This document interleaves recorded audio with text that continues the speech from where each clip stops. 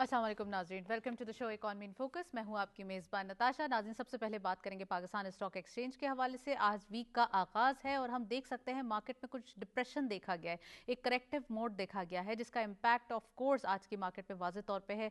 Economic चीज़ें जहाँ बेहतरीन कंडीशन में दिखाई हैं, जहाँ हम कह सकते हैं कि अच्छी अलाइनमेंट देखी जा रही है, ऑन ट्रैक तमाम चीज़ें हैं, एक्सपोर्ट के नंबर्स बढ़ रहे हैं। वहीं हमने देखा कि स्टॉक एक्सचेंज में आज करेक्टिव मोड को ज़्यादा जो है वो यूटिलाइज़ किया गया और ज़्यादातर इम्पैक्ट जो है वो एक डाउनवर्ड सेंटिमेंट्स की तरफ रहा। दिस इज़ द रीज़न कि मार्केट में एक हम कह सकते हैं कि हेफ्टी डिक्लाइन जो है वो देखा गया है। साथ साथ this is the reason 5,000 points से अबव का डिक्लाइन आज की मार्केट में देखना, इट मीन्स कि मार्केट के अंदर जो लेवल्स हैं दोबारा अट्रैक्टिव वैल्यूएशन की तरफ आ चुके हैं। यानी कि हम कह सकते हैं 1,79,000 से डायरेक्ट मार्केट गई है 1,74,000 and there about. It means कि ये एक ह्यूज हम कह सकते हैं डाउनवर्ड जंप है, जिसके अंदर यकीनन मार्केट जो है वो अब तमाम पेनिट्रेशन इन्वेस्टर्स की होगी और फिर एक डिप बनेगा और इसके बाद दोबारा एक बाइंग देखी जाएगी। अच्छा, हिस्टोरिकली ऐसा होता है जब जब रमज़ान सीज़न स्टार्ट होता है, एक महीने का ये ब्लेसिंग का सीज़न होता है, तो उस वक्त ज़्यादातर जो स्टॉक एक्सचेंज है वो एक डाउन साइड देखी जाती है, यानी कि एक बिजनेसेस जो हैं वो थोड़े से स्लो डाउन हो जाते हैं। हम ये भी कह सकते हैं कि इस वीक जहाँ एक हमारे पास हम कह सकते हैं कि एम्बर मंथ स्टार्ट होने वाला है, वहीं जो एक स्टॉक एक्सचेंज है इसके अंदर भी थोड़ा सा एक साइलेंस होने वाला है। दिस इम्पैक्ट आज का जो हम देख सकते हैं कि मार्केट के अंदर मिक्स ट्रेंड देखा गया है।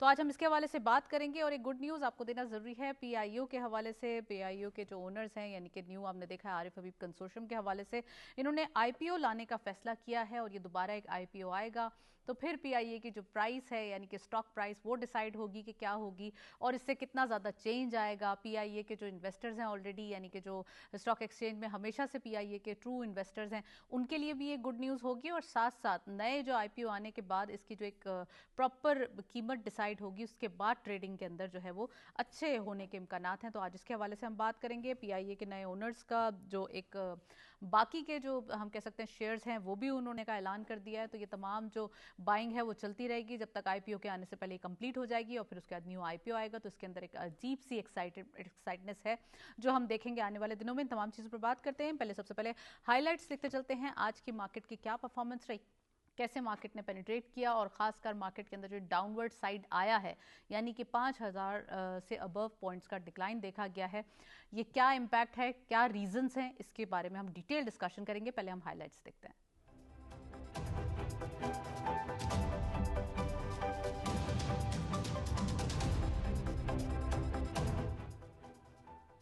हंड्रेड इंडेक्स अपडेट्स में सबसे पहले ओपन हुई मार्केट 1,79,603.073 के लेवल पर। हायर साइड मार्केट गई 1,79,969.22। Lower was 1,73,574.26 and finally closure 1,74,453.93, यानी कि 5,000 से भी अबव पॉइंट्स का डिक्लाइन देखा गया है। 5,149.8 का डिक्लाइन आज की मार्केट में देखा गया। हम कह सकते हैं ये एक मार्केट के अंदर मिक्स ट्रेंड भी दिखाई दे रहा है और एक करेक्शन मोड भी है। साथ साथ हमारे पास कौन कौन से स्क्रिप्ट्स हैं, वॉल्यूम लीडर्स भी देखते चलते हैं आज की मार्केट के क्या रहे। सबसे पहले के इलेक्ट्रिक इस लिस्ट को लीड कर रहे हैं 0.42 के डिक्लाइन के साथ, 8.13 पे क्लोजर, 63.82 मिलियन शेयर ट्रेड किए गए। सेकंड स्पॉट पे WTL 0.1 का डिक्लाइन देखा गया, 1.53 पे क्लोजर रहा, 62.24 मिलियन शेयर्स का कारोबार रहा। Bank of Punjab third spot पे 3.11 का डिक्लाइन देखा गया, 33.25 पे क्लोजर रहा, 56.16 मिलियन शेयर्स ट्रेड किए गए। फोर्थ स्पॉट पे हम नेटवर्क लिमिटेड 0.68 का इजाफा देखा गया, 12.88 पे क्लोजर रहा एंड 47.35 मिलियन शेयर्स का कारोबार रहा। TSBL XR 0.38 का इजाफा देखा गया, यानी कि डिविडेंड इन्होंने माइनस पे दे चुके हैं, 2.28 पे क्लोजर रहा, 27.57 मिलियन शेयर्स का कारोबार रहा। पेनी स्टॉक्स में आज देख सकते हैं आप ज़्यादातर जो एक हम कह सकते हैं कि वॉल्यूम्स जनरेट होते हुए दिखाई दिए हैं और दो अनकन्वेंशनल स्क्रिप्ट्स भी सामने आए हैं जिसमें आप देख सकते हैं कि दोनों के अंदर एक पॉजिटिविटी भी है और पेनी स्टॉक्स हैं। इट मींस के जो इन्वेस्टर्स हैं वो थोड़ा सा सेफ हम कह सकते हैं इन्वेस्ट करते हुए, या डे ट्रेडर हैं वो सेफ जो ट्रेडिंग करते हुए दिखाई दिए, जिसका इम्पैक्ट था आज।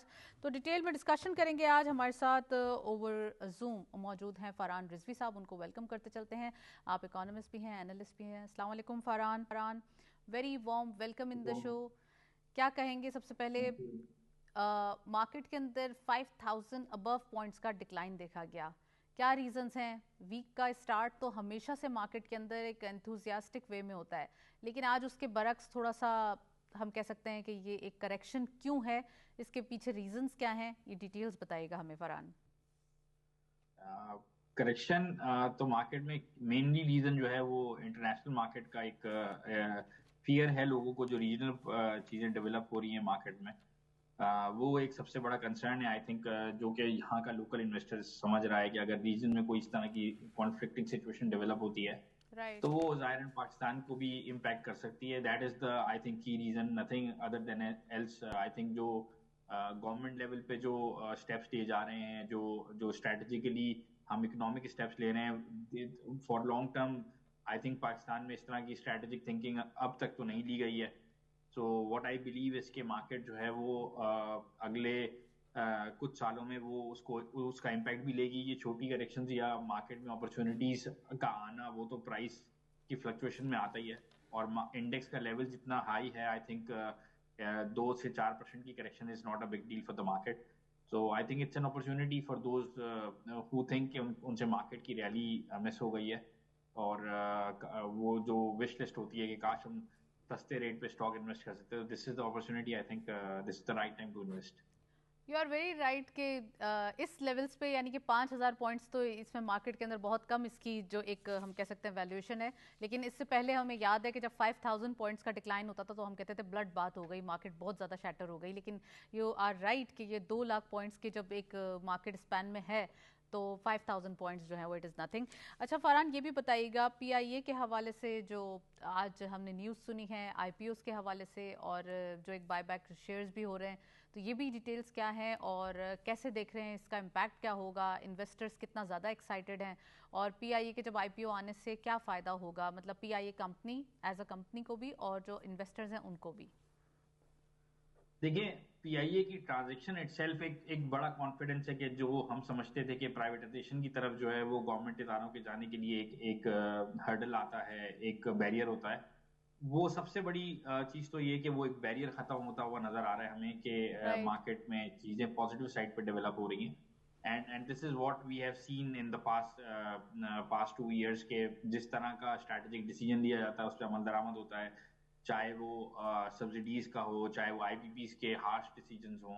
वो तमाम के तमाम डिसीजन लिए जाते हैं गवर्नमेंट की तरफ से जो लॉन्ग टर्म इम्पैक्ट रखते हैं। So same goes for the PIA. I think minority share holders के लिए भी या जो आज जो बायबैक अनाउंस हो रहे हैं या चीजें जो आज डेवलप हो रही हैं इस स्टॉक में, माइनॉरिटी शेयर होल्डर को अल्टीमेटली एक बेनिफिट जरूर देगी वो, जिसमें एक नई वैल्यूएशन अनलॉक होंगी। जायरन पीआईए की होल्डिंग कंपनी है, पीआईए के अपने out station out of the country assets हैं, उनकी एक वैल्यूएशन हैं। फिर पीआईए के अपने जितने लाइसेंसेज हैं अगर उनको यूटिलाइज करेंगे तो डेफिनेटली राइट। उनके अर्निंग पे भी एक नया इम्पैक्ट होगा। सो व्हाट वी बिलीव इसके जो जो रिटेल इन्वेस्टर होगा उसको एक अच्छा बेनिफिट नजर आ सकता है अपकमिंग ईयर्स में। अच्छा। जाहिर है कंपनी को रिफॉर्म होने में टाइम तो लगता है, बिल्कुल टाइम बट लगता है दैट फरहान, वुड बी। लेकिन ये भी बताइएगा कि क्या आपकी फोरकास्ट है या मार्केट के अंदर क्या फोरकास्ट अभी जो है वो पाई जा रही है पीआईए के हवाले से अगर बात हो तो। देखिए, ओवरऑल पहले तो डेट रिस्ट्रक्चरिंग पे बात करेंगे। बहुत ज्यादा डेट है, उसकी चीजें हैं, तो it's I think too early to comment anything on on the the price side. But जो डेवलपमेंट्स हैं, जिस तरह की रिस्ट्रक्चरिंग हो रही है, that would be in long term beneficial for the company. Right, it means कि हम नियर फ्यूचर इसकी जो प्राइस है वो डिफरेंट वेरिएशन में अपसाइड जाते हुए देखेंगे। अच्छा फरहान, ये भी बताइएगा कि इकोनॉमिक कंडीशन पाकिस्तान की देखी जा रही है पॉजिटिव डायरेक्शन में, एक्सपोर्ट के नंबर्स बढ़ रहे हैं, रेमिटेंसेस में इजाफा देखा जा रहा है, और साथ साथ अब रमज़ान भी स्टार्ट हो रहे हैं, तो क्या लगता है स्टॉक मार्केट कैसे बिहेव करेगी? जो ये स्लो डाउन आज देखा गया है तो क्या ये पूरे वीक कंटिन्यू रहेगा? और सेकंड थिंग इज दैट कि अब जो हिस्टोरिकली रमज़ान में थोड़ा सा मार्केट के अंदर डाउन साइड देखा जाता है, तो क्या आप एक्सपेक्ट करते हैं इस बार भी? देखिए, मार्केट करेक्शन लेती है अपने किसी ऐसे फंडामेंटल चेंज पे या किसी और चीज पे, तो आई थिंक मार्केट वो ऑलरेडी कंप्लीट कर चुकी है। 1,71,000 या 1,72,000 के लेवल पे मार्केट में एक बड़ी सपोर्ट मौजूद है। आई थिंक टेक्निकली भी मार्केट उससे रिबाउंड हो सकती है। सेकेंडली, जो हमें रमजान में एक इन्फ्लेशन इम्पैक्ट नजर आता था वो market I think already incorporate कर चुकी है। सो रेमिटेंसेस के नंबर भी वी आर एक्सपेक्टिंग कि शायद रमजान में डेफिनेटली एक नेचुरल अपटेक आता है. So market I think will start recovering from the start of the Ramzan, जो कि तो पहले काफी अरसे में नहीं देखा गया. सो आई थिंक रिकवरी हो चुकी है, करेक्शन कंप्लीट हो चुकी है. अगर कोई ऐसी बड़ी डेवलपमेंट नहीं होती रीजन में तो मार्केट यहाँ से दोबारा से बाउंस बैक कर सकती है. राइट अच्छा फरहान, ये भी बताइएगा कि मार्केट के नंबर्स आपने कहा 1,74,000 पे आ गए, तो क्या इससे जो अब रेजिस्टेंस है वो क्या दिखाई दे रही है? और इस वीक के अंदर जो आपने कहा कि अब बाय बैक कर सकते हैं, चीज़ें बेहतर हो सकती हैं, तो ओवरऑल अब मार्केट के नंबर्स हम क्या एक्सपेक्ट करें? मतलब कितना नीचे जा सकते हैं? या किस तरह आपने 1,71,000 बोला है, लेकिन मार्केट इसको क्या सस्टेन कर पाएगी इस वीक के अंदर? देखिए, मार्केट में जो करेक्शन, जो टेक्निकल लेवल्स हैं, अगर उनको स्टडी किया हो किसी ने, तो वो मार्केट में 172,000 के लेवल पे, यानी यहाँ से 1500-2000 पॉइंट की फर्दर मोर करेक्शंस है. आई थिंक वहां पर एक इतनी वैल्यूएशंस हैं, डिविडेंड यील्ड आ जाएंगी. अभी आप जैसे देखेंगे कि जिनके बैंक्स के ईयर एंड क्लोजिंग रिजल्ट्स आ रहे होंगे, डिविडेंड आ रहे होंगे, तो उनका एक हमने अपटेक देखना है. बहुत सारे कंपनी के फाइनेंशियल ईयर क्लोज आ रहा होता है, उसके रिजल्ट्स हैं, डिविडेंड्स हैं.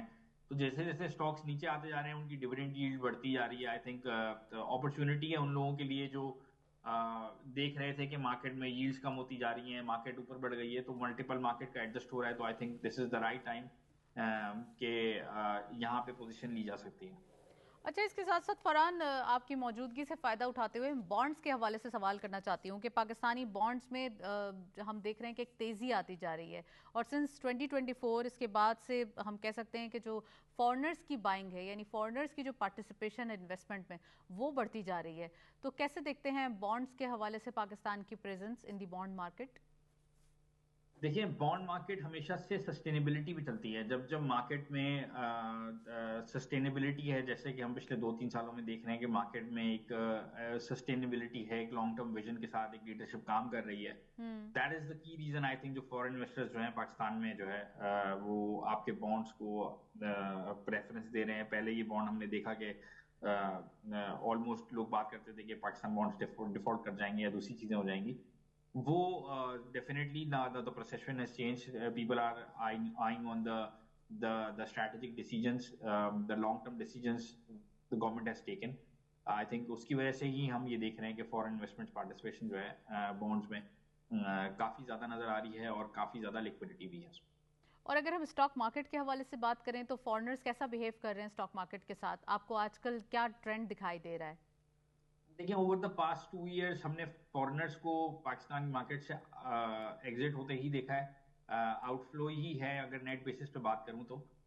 But I think this is irrelevant for the Pakistan market for now. अगर अगर हमारा मार्केट कैप जो है वो $100 बिलियन टेस्ट करता है, तो कल हम ये देखेंगे यही ट्रैकिंग इंडेक्स जो है जो पाकिस्तान दुनिया भर में ट्रैक करते हैं, चाहे वो you name the big bulge bracket firms, they all comes into Pakistan, वो investment शुरू कर देते हैं. So I think this is very irrelevant for now to talk about the foreign investment number, because आपका रूपी की डिवैल्यूएशन की वजह से आपका मार्केट कैप जो 2017 में $100 बिलियन से ऊपर था, आज वो $70-75 बिलियन. तो इट मींस टू से इफ वी ट्रेड अबाउट लेकिन मार्केट की वैल्यूएशन तो बड़ी है, मार्केट के अंदर प्राइस अर्निंग मल्टीपल भी बड़ी है, तो आप समझते हैं कि अभी भी मार्केट कैप जो है वो कम है? मार्केट कैप अभी भी क्योंकि अगर 2017 के मुकाबले में आप बात करेंगे तो जाहिर है रूपी डेप्रिशिएट हुआ है, तो उसकी वजह से जो है एक बड़ा इम्पैक्ट है. आई थिंक वैल्यूएशन वाइज तो मार्केट 2-3 टाइम्स बढ़ गई है, बट डीवैल्यूएशन जो है डेफिनेटली वो एक बड़ा फैक्टर है पाकिस्तान मार्केट के लिए, जिसका इम्पैक्ट नजर आता है हमें मार्केट कैप पे. अच्छा फरहान, आप इन्वेस्टर्स का रुझान किस ज़्यादा सेक्टर के अंदर देख रहे हैं? यानी कि अभी जो सेक्टर्स हैं वो कौन से सेक्टर्स डोमिनेट करते हुए दिखाई दे रहे हैं? आई थिंक मुझे लगता है कि इस साल में banking sector, cements and pharmaceutical sector will perform and will be in the limelight. Right, आप समझते हैं कि बैंकिंग सेक्टर अगेन लाइमलाइट में ही रहेगा. तो अभी जो मार्केट के अंदर नंबर्स दिखाई दे रहे हैं उसमें बैंकिंग सेक्टर्स की या फिर ईएनपी सेक्टर का कितना हाथ है? I think because ENP and banking sector are the most highly weighted sector for the Pakistan stock market, तो इनमें से किसी पे भी कोई इम्पैक्ट आता है तो डेफिनेटली मार्केट देखती है कि थोड़ा सा वो अगर करेक्टिव फेज में आते हैं दोनों स्टॉक्स या ईएनपी सेक्टर के या बैंकिंग स्टॉक्स के, तो मार्केट में एक बड़ा प्रेशर देख सकते हैं या बड़ा एक रैली बना सकते हैं। यानी हमने पिछले अखबार में देखा कि जब मार्केट 10,000 पॉइंट चलती थी तो उसमें 5,000 पॉइंट जो है बैंकिंग स्टॉक्स ऐड करते थे। So this is how things work. I think oil and gas भी स्टिल अपने काफी प्राइस टू अर्निंग पे नीचे आ गया है। बैंकिंग स्टॉक्स भी देखेंगे अगर आप यहाँ से तो हमारे कुछ में इन्वेस्टर्स को क्या एडवाइस करेंगे कि अभी उनको इस रमजान के अंदर मार्केट के इन लेवल्स के ऊपर किस तरीके से अपने जो एक अकाउंट है, पोर्टफोलियो है, उसको मैनेज करना चाहिए? आई थिंक जो इन्वेस्टर है definitely banking stocks, oil and gas, cements and pharmaceutical होने चाहिए आपके पोर्टफोलियो में। These are I think the next year stocks for the portfolio. और फरहान, एक और चीज़ बताइएगा, वॉल्यूम लीडर्स के हवाले से बात करें तो हम ज़्यादातर पेनी स्टॉक्स को ही वॉल्यूम लीडर्स में देख रहे हैं। कभी कभार तो वॉल्यूम्स बहुत ही ज़्यादा हायर साइड पे, यानी कि एक सिंगल स्क्रिप्ट के वॉल्यूम बहुत ज़्यादा बढ़ जाते हैं। तो क्या कहेंगे, ये क्या रीजंस हैं कि लोग ज़्यादातर जो है वो पेनी स्टॉक्स को प्रेफर करते हैं जब भी इसमें वॉल्यूम ज़्यादा दिखाई देते हैं?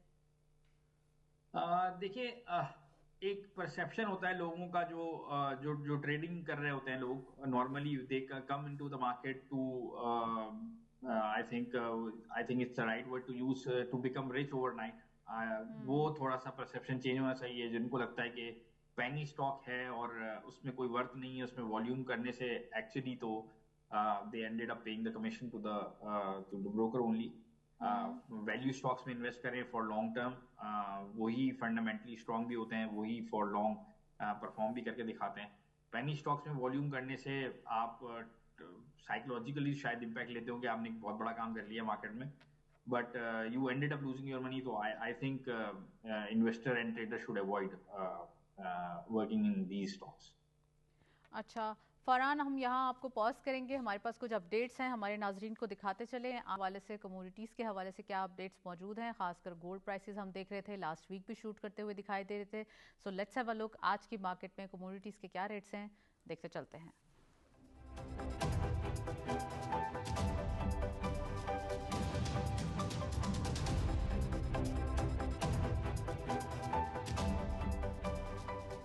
कमोडिटीज़ में सबसे पहले गोल्ड के पर तोला प्राइस 5,28,297 रुपीज़, गोल्ड पर 10 ग्राम 4,53,411 रुपीज़, इंटरनेशनल गोल्ड रेट पर ऑस $5,043.09, ऑयल WTI पर बैरल $63.03, ऑयल ब्रेंट क्रूड पर बैरल $67.92।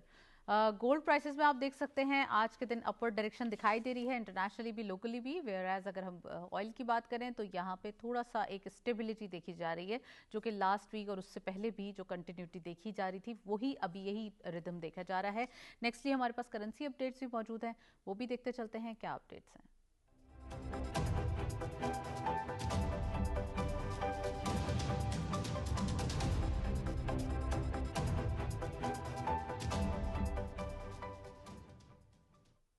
करेंसीज में सबसे पहले यूरो बाइंग रही 331.65 rupees, selling was 332.25। UK pound buying रही 381.24, selling was 381.99। US dollar buying रही 279.5, सेलिंग वॉज 280 rupees. And lastly Chinese won buying रही 40.58, सेलिंग वॉज 40.66। नेक्स्टली हमारे पास जीसीसी करेंसी अपडेट्स भी मौजूद हैं, देखते चलते हैं। सबसे पहले सऊदी रियाल बाइंग रही 74.52 rupees, selling was 74.65। UAE dirham buying रही 76.11, selling was 76.25 rupees.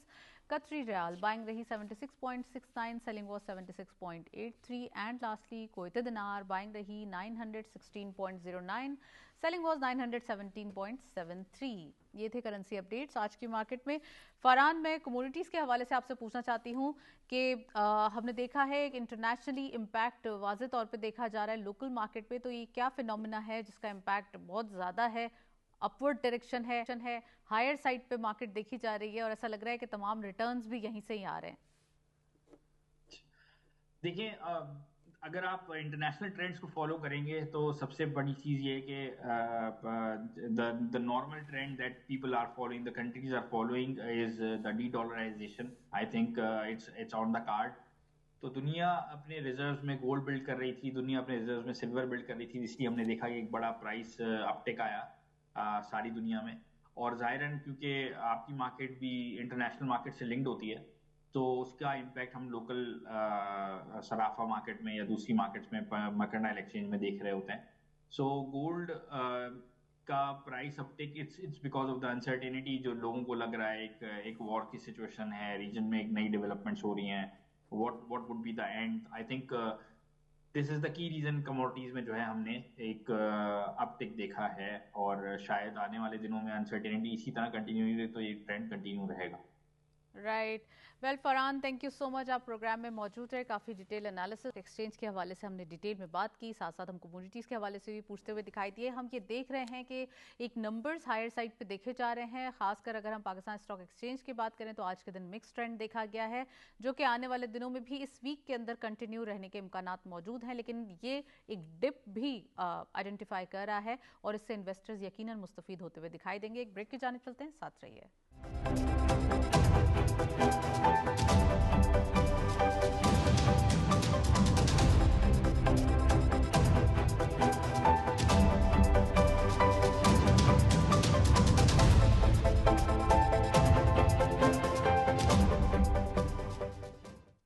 Welcome back नाजरीन, हम बात कर रहे हैं पीआईए के हवाले से, जहां हमने पीआईए के आईपीओ की न्यूज़ आज ही सुनी है कि पीआईए के आईपीओ का जो न्यू ओनर्स है यानी कि आरिफ हबीब कंसोर्शियम के हवाले से जब आईपीओ ला रहे हैं, इसका फैसला किया गया है, तो साथ साथ यहां पर पीआईए के जो एक बाकी के शेयर्स हैं वो भी बाय बैक हो गए हैं, और इसके अलावा बहुत सारी न्यूज़ हैं जिनके इम्पैक्ट्स हैं। तो इन तमाम चीज़ों पर बात करेंगे। We have a guest over call, हमारे साथ मौजूद हैं आरिफ हबीब साहब, आप चेयरमैन हैं आरिफ हबीब ग्रुप के। उनको वेलकम करते चलते हैं। अस्सलाम वालेकुम आरिफ हबीब साहब, very warm welcome in the show. वालेकुम सलाम sir, thank you so much for your time. सबसे पहले ये बताइए कि पीआईए कंसोर्शियम, हमने देखा कि आपने आरिफ हबीब कंसोर्शियम ने पीआईए को लिया, बाय किया, एक प्रॉपर बिड भी देखी, तो सबसे पहले इन तमाम चीज़ों के लिए मुबारकबाद। लेकिन उसके बाद ये बताइएगा कि ये जो पीआईए का आईपीओ आ रहा है और साथ साथ इसके शेयर्स के हवाले से भी न्यूज़ हैं, तो पीआईए के अंदर क्या क्या चीज़ें आप न्यू ला रहे हैं और क्या इम्पैक्ट होगा इसका इकोनॉमी के ऊपर, क्योंकि पहले ही इसमें डेट बहुत ज़्यादा था, तो न्यू क्या होगा इसका? जी, ये जो आप जिस खबर का हवाला दे रही हैं वो ये खबर थी कि चूंकि जो पहले 23 दिसंबर को जो बिडिंग हुई थी वो 75% शेयर्स की हुई थी, और 25% शेयर जो है वो गवर्नमेंट के पास थे। उन्होंने ऑप्शन दिया था नए बायर्स को कि वो 25% शेयर्स भी खरीद सकते हैं। तो उस पर हमने ये बयान दिया है कि हमारा जो कंसोर्शियम है वो इरादा रखता है कि ये 25% शेयर जो गवर्नमेंट ऑफर कर रही है उसको भी इंशाल्लाह हम एक्सरसाइज करेंगे उस ऑप्शन को। तो इस हद तक ये बात है। जहाँ तक के प्लान्स का ताल्लुक है तो जो है जाहिर है इस वक्त पीआईए को 18 जहाज सर्विसेबल है, 6 के करीब जो है वो दोबारा रिकवर करके इंशाल्लाह इस साल के अंदर अंदर वो जो है 24 कर लेंगे, और फिर इंशाल्लाह कोई 20 के करीब जो है और जहाज ऐड किए जाएंगे अगले दो एक साल के अंदर इंशाल्लाह। तो ये प्लान है, और इनकी सर्विसेज को बेहतर किया जाएगा कि ये सर्विसेज को जो है वो बेहतर किया जाएगा ताकि लोगों को जो है ट्रैवलर्स को जो है अच्छी सर्विसेज हासिल हो सके। Right, it's been an honour के पीआईए गवर्नमेंट एंटाइटी और इसको फिर लोकल जो हमारे बिजनेस कम्युनिटी है, इन्वेस्टर्स हैं, इन्होंने ही बाय किया है, तो ये एक बहुत ही खुशी की बात है। खासकर इसके नाम की भी एक हम कह सकते हैं इसका ऑनर रखना, वो भी जो है पाकिस्तान के लिए बहुत खुशी होगी।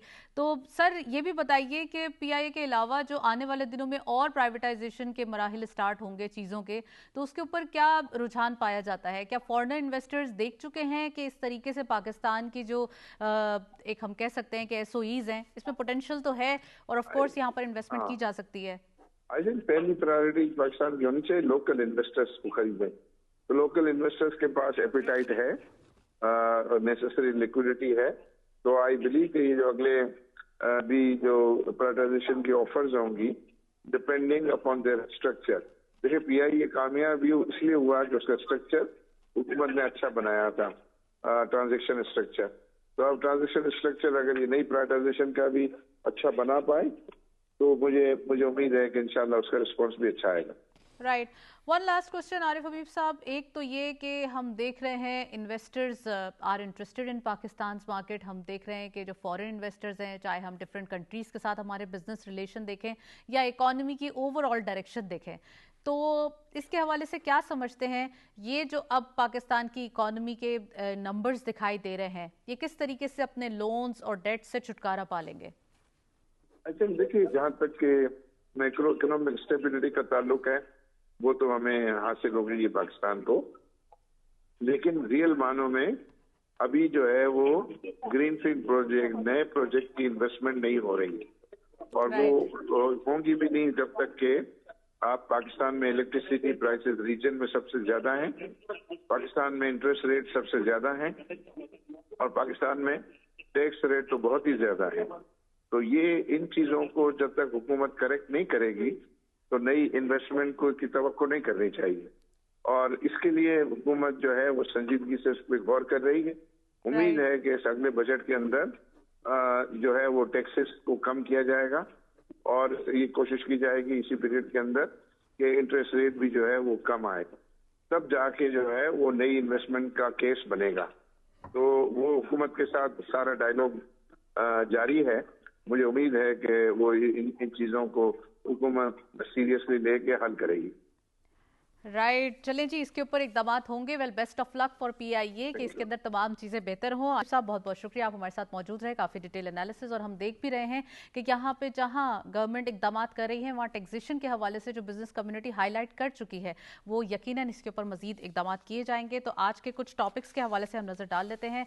जहाँ हमने PIA की बात की वहाँ प्राइम मिनिस्टर साहब से का जिक्र करें, आपको बताएं कि प्राइम मिनिस्टर साहब जो हैं वो तकरीबन 38 बिलियन रुपीज़ के रमज़ान पैकेज का ऐलान कर चुके हैं और इसमें तकरीबन 12.1 मिलियन ख़ानदान जो है इससे होंगे। तो आज इसके हवाले से हम बात करेंगे। बहुत ही इंपॉर्टेंट एक हम कह सकते हैं कि न्यूज़ है, पैकेज दिया गया है आम आवाम को रिलीफ के हवाले से। और एक और चीज़ आपको बताएं कि prime minister of Pakistan Austria business forum से खिताब कर रहे थे और यहाँ पर उन्होंने कहा कि इन्वेस्टमेंट अपॉर्चुनिटीज़ आप बिल्कुल पाकिस्तान के लिए रखें, क्योंकि ओवरसीज़ पाकिस्तानीज़ हमेशा से ही पाकिस्तान को प्रेफर करते हैं और पाकिस्तान में इनकी जो एक इन्वेस्टमेंट है उसका ख्याल भी रखा जाएगा। इनको ये कंसेशंस और इतना ज़्यादा इनको हाईलाइट किया जाएगा। तो आज हम इसके हवाले से डिटेल डिस्कशन करेंगे। पाकिस्तान और ऑस्ट्रिया के हमेशा से ही एक हम कह सकते हैं लॉन्ग टर्म रिलेशंस हैं और बिजनेसेस के हवाले से भी इस पर काफ़ी डिटेल बात हो रही है। तमाम बिजनेस कम्युनिटी से B2B रिलेशंस के हवाले से अपील भी की गई और बताया भी गया कि किस तरीके से इसके ऊपर काम किया जाएगा, सेक्टर वाइज कैसे कैसे हमारे पास अपॉर्चुनिटीज़ मौजूद हैं। तो आज हम इसके हवाले से डिटेल डिस्कशन करेंगे। पाकिस्तान एंड ऑस्ट्रिया रिलेशनशिप और प्राइम मिनिस्टर साहब का जो ये विजिट है वो भी डिस्कस करेंगे। साथ साथ आपको बताएं कि रमज़ान पैकेज का तो ऑफकोर्स रिलीफ जो प्राइम मिनिस्टर साहब ने दिया है और इसके अंदर जब ख़ानदान फ़ायदा उठाएंगे तो रमज़ान जब स्टार्ट होगा इसमें भी आपको बार बार बताते रहेंगे कि किस तरीके से ये पैकेज जो है वो काम करता हुआ दिखाई दे रहा है।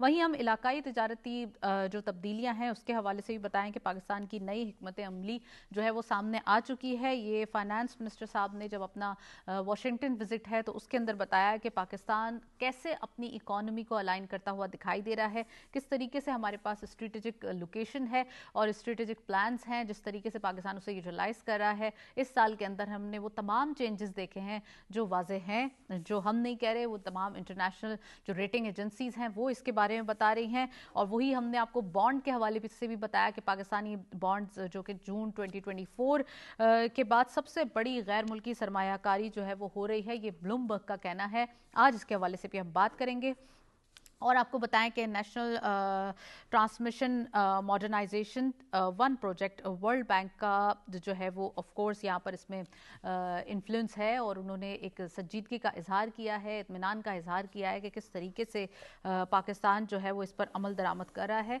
तो आज हम जहाँ वर्ल्ड बैंक के और प्रोजेक्ट्स भी हैं, उड़ान पाकिस्तान और डिफरेंट प्रोजेक्ट्स के अंदर कुछ मैकेनाइजेशंस दिखाई दे रही हैं, वहीं पाकिस्तान जो है वो ये भी फुलफिल करते हुए दिखाई दे रहा है। तो हम इसकी भी बात करेंगे। और रवां साल यानी कि दिस फिस्कल ईयर, इसके पहले 6 महीने में फ्रीलांसर्स ने तकरीबन $500 मिलियन से ज़ायद ज़र मुबादला कमाया है। ये भी हमारे लिए बहुत खुशी की बात है कि फॉरेन एक्सचेंज आ रहा है, फ्रीलांसर्स भी काम कर रहे हैं, हमारे यंगस्टर्स अनएम्प्लॉयड नहीं हैं, वो आईटी के अंदर अपने जो स्किल्स हैं उनको दिखा रहे हैं। तो आज हम बात करेंगे इसके हवाले से। CDWP ने तकरीबन 160 अरब रुपए के 6 तरक्याती मंसूबों की मंजूरी दे दी है। कौन कौन से प्रोजेक्ट्स होंगे, क्या काम होगा, आज हम ये भी बात करेंगे। और जहां हमने पाकिस्तान और ऑस्ट्रेलिया रिलेशनशिप के हवाले से बात करें, वहीं पाकिस्तान तुर्किया रिलेशनशिप भी सामने है हमारे और हमेशा से ही स्ट्रॉन्ग हैं। वहीं इनके दरमियान साइंस एंड टेक्नोलॉजी के हवाले से शराकतदारी हो रही है और ये कोऑपरेशन यकीनन हमारे जो यंगस्टर्स हैं, हमारे जो यूथ है, इसके लिए भी फ़ायदेमंद साबित होगा। आज हम ये भी बात करेंगे। और पाकिस्तान एंड तुर्किया के अलावा पाकिस्तान एंड सऊदी अरब भी बहुत स्ट्रॉन्ग बॉन्डिंग है और यहाँ भी हम देख रहे हैं कि M10 मोटरवे में सरमायाकारी की दावत दे दी है पाकिस्तान ने सऊदी अरबिया को। तो आज हम इसके हवाले से भी बात करेंगे। आपको अगेन एक रिलेशनशिप जहाँ स्ट्रॉन्ग हो रहे हैं डिफरेंट, उसके बारे में बताएं कि पाकिस्तान ने रशिया के हवाले से बराह रास्त ज़मीनी और फ़िज़ाई राब्तों में तोसी पर इत्तफाक किया गया है ताकि हमारे लैंड रूट्स और एयर रूट्स जो है वो प्रॉपरली इसके ऊपर काम हो सके। तो इन तमाम चीज़ों पर बात करेंगे। एक रिपोर्ट देखते चलते हैं, हमारे पास मौजूद है। Let's have a look on report, फिर वापस आते हैं।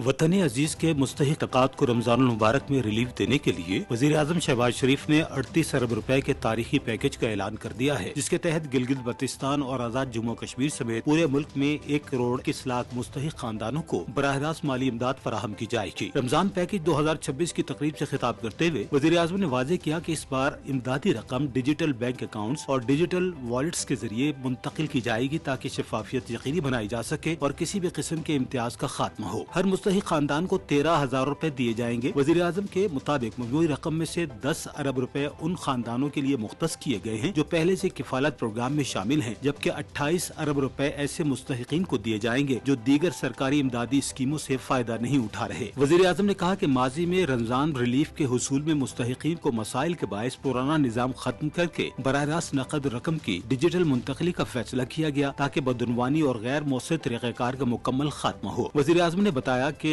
डिजिटल अदायगियों के निफाज में बैंकिंग निजाम और स्टेट बैंक ऑफ पाकिस्तान के साथ तकनीकी चैलेंजेस जरूर आए, ताहम इस साल वाज़ेह कारकर्दगी इशारियों, मुसलसल निगरानी और तीसरे फरीक की तस्दीक के जरिए निजाम को मजीद मौसर बनाया गया है। तकरीब में बटन दबाने के साथ ही अदायगियों का बाज़ाब्ता आगाज कर दिया गया। इस मौके पर बेनजीर इनकम सपोर्ट प्रोग्राम के विफाकी सेक्रेटरी आमिर अली अहमद ने बताया कि गुज़श्ता साल 5,000 रुपए का पैकेज इस साल बढ़ाकर 13,000 रुपए कर दिया गया है, जिसकी दोबारा आजादाना तस्दीक भी की जाएगी। अवाम पैकेज की तफसीलात हेल्पलाइन 9999 के जरिए हासिल कर सकते हैं। हुकूमत का कहना है कि गुर्बत में कमी, समाजी तहफ़्फ़ुज़ और मुस्तहिक अफराद को बाइज्जत अंदाज में रिलीफ फराहम करना मौजूदा पॉलिसियों की बुनियादी सुतून है और रमजान रिलीफ पैकेज 2026 इसी अज़्म का अमली इसार है। जी, रिपोर्ट आपने देखी। इन तमाम चीज़ों पर बात करेंगे। We have a guest over Zoom, हमारे साथ मौजूद हैं कुरतुलैन साहिबा, आप वाइस प्रेसिडेंट हैं FPCCI की। अस्सलाम वालेकुम कुरतुलैन साहिबा, very warm welcome in the show. सबसे पहले ये बताइए कि रिलीफ पैकेज के हवाले से बात हो रही है, रमज़ान रिलीफ पैकेज जो कि प्राइम मिनिस्टर साहब दे रहे हैं। ऑफ कोर्स 38 अरब रुपए का ये पैकेज होगा, इसका ऐलान किया गया है। क्या समझती हैं किस तरीके से आम आवाम को फ़ायदा पहुँचाया जा रहा है? अस्सलाम जी, thank you very much for inviting in the show जी। देखिए जी, ये पैकेज जो है बहुत खुशाइन है, ख़ास तौर पर रमज़ान से पहले जैसे प्राइम मिनिस्टर साहब ने इसका ऐलान किया और जिस तरह से रिपोर्ट में भी हमने सुना कि तकरीबन 38 अरब रुपए की जो है वो लागत पे मुश्तमिल होगा। पिछली दफ़ा से ये तकरीबन डबल हो गया, क्योंकि पिछली दफ़ा तकरीबन जो है इसमें 20 अरब रुपए का बजट था, तो इस दफ़ा 38 अरब रुपए हो गया। और फीकस जो ख़ानदान रकम लोगों को मिलेगी वो तकरीबन 13,000 रुपए है। चारों प्रोविंसेस के लिए है, गिलगित बल्तिस्तान और आज़ाद जम्मू कश्मीर भी हैं। और इसको इस दफ़ा जो है वो और ट्रांसपेरेंट बनाने के लिए जो है वो फंड्स जो हैं वो डिजिटल बैंक अकाउंट्स या डिजिटल वॉलेट्स के ज़रिए जो है वो लोगों को ट्रांसफ़र होंगे। और वज़ीर आज़म ने इसमें बहुत प्रॉपर तरीके से वाज़िया किया है कि इसके साथ से कतारों और अदायगियों का जो ताख़ीर होती थी उसका भी ख़ात्मा हो जाएगा। सर्टेन हाउ जो करप्शन इसमें इन्वॉल्व हो सकती थी या कोई पॉलिटिकल एफिलिएशन जो है उसको इसके साथ लिंक अप किया जा सकता था, तो वो मज़ीद बेहतर हो जाएगा। ट्रांसपेरेंसी को मेक श्योर किया गया है, आप समझती हैं? जी अच्छा, कुरतुलैन साहिबा ये भी बताइए कि पाकिस्तान एंड ऑस्ट्रिया रिलेशनशिप देखे जा रहे हैं, प्राइम मिनिस्टर साहब ने बिजनेस फोरम से खिताब किया है, क्या समझती हैं किस तरीके से हमारे पास इन्वेस्टमेंट आ सकती है? प्राइम मिनिस्टर साहब खुद से हम देखते हैं कि सबको कन्विंस भी करते हैं पाकिस्तान के बारे में, जरा बताइएगा।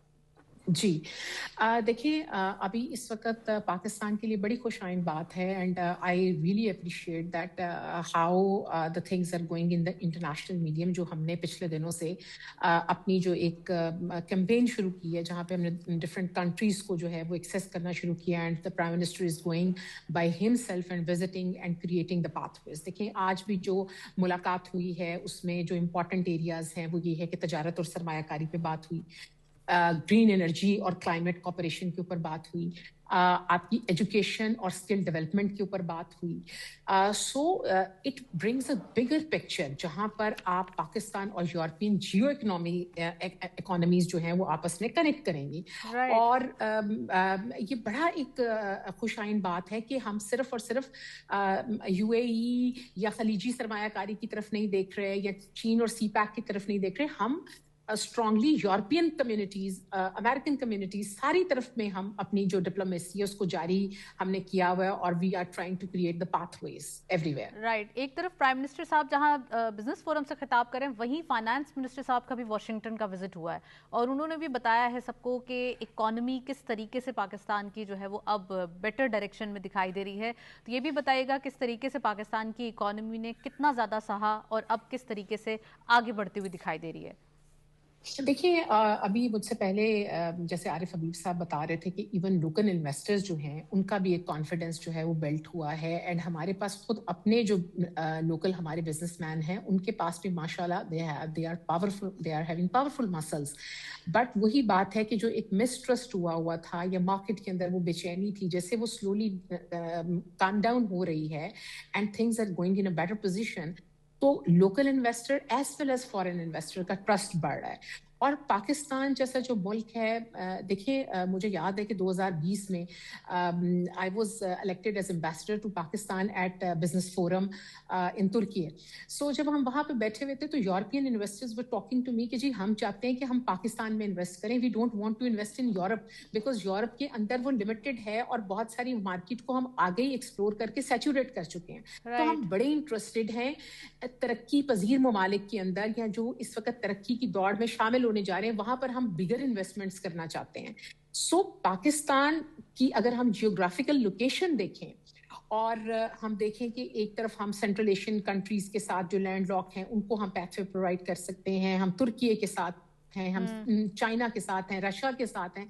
सो we are in a very important area, जहां पर अगर हम ग्रोथ लेड स्टेबलाइजेशन प्रोवाइड कर सकें, हम अपॉर्चुनिटीज दे सकें, हमारे एयर कॉरिडोर्स, हमारे जमीन के कॉरिडोर्स, हमारी जो चीजें हैं, हमारी ट्रेड डिप्लोमेसी है, उसको हम बेहतर करें, तो we are one of the best position जो कि पूरी दुनिया को कनेक्टिविटी दे सकती है। राइट, कुरतुलैन साहिबा, we are running out of time, बहुत ही कम, और हम कह सकते हैं एक क्विकली आपने एनालिसिस किया। थैंक यू सो मच, आप प्रोग्राम में मौजूद रहीं, काफ़ी डिटेल एनालिसिस, हमने डिटेल डिस्कशन की PIA के हवाले से भी, स्टॉक मार्केट के हवाले से भी, और तमाम इकोनॉमिक नंबर्स, खासकर प्राइम मिनिस्टर साहब का विजिट जो कि ऑस्ट्रिया में दिखाई दिया, जिसमें बिजनेस फोरम काफ़ी कीन नजर आया कि वो पाकिस्तान में इन्वेस्टमेंट करेंगे और बेहतर डायरेक्शन में इन्वेस्टमेंट अपॉर्चुनिटीज़ आएंगी। दैट इज़ इट, प्रोग्राम को वाइंड अप करेंगे, इजाज़त दीजिए, अल्लाह हाफिज़।